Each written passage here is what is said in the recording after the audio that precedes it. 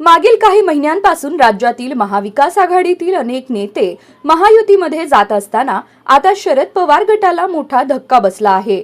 त्यातच आता शरद पवार पक्षाचे आमदार उत्तम जानकर यांनी देखील अजित पवार यांच्यासोबत पुण्यात एकाच गाडीतून प्रवास केला। या दोघांमध्ये 10 मिनिटे चर्चा झाली। यावेळी जानकर यांच्यासोबत उमेश पाटील हे देखील उपस्थित होते। त्यामुळे आता या घडामोडीची राजकीय वर्तुळात चांगलीच चर्चा रंगली आहे। उत्तम जानकर आणि अजित पवार यांच्यात कोणत्या विषयावर चर्चा झाली याबाबत अधिकृत माहिती अद्याप समोर आलेली नाही। मात्र यावर प्रतिक्रिया देताना उमेश पाटील यांनी माळशिरस तालुक्यातील उजनी धरणातून 15 दिवस आधी पाणी सोडण्याची जानकर यांनी मागणी केली असल्याचं सांगितलं आहे। इतकेच नाही तर अजित पवार यांना भेटणाऱ्या लोकांची मोठी गर्दी होती।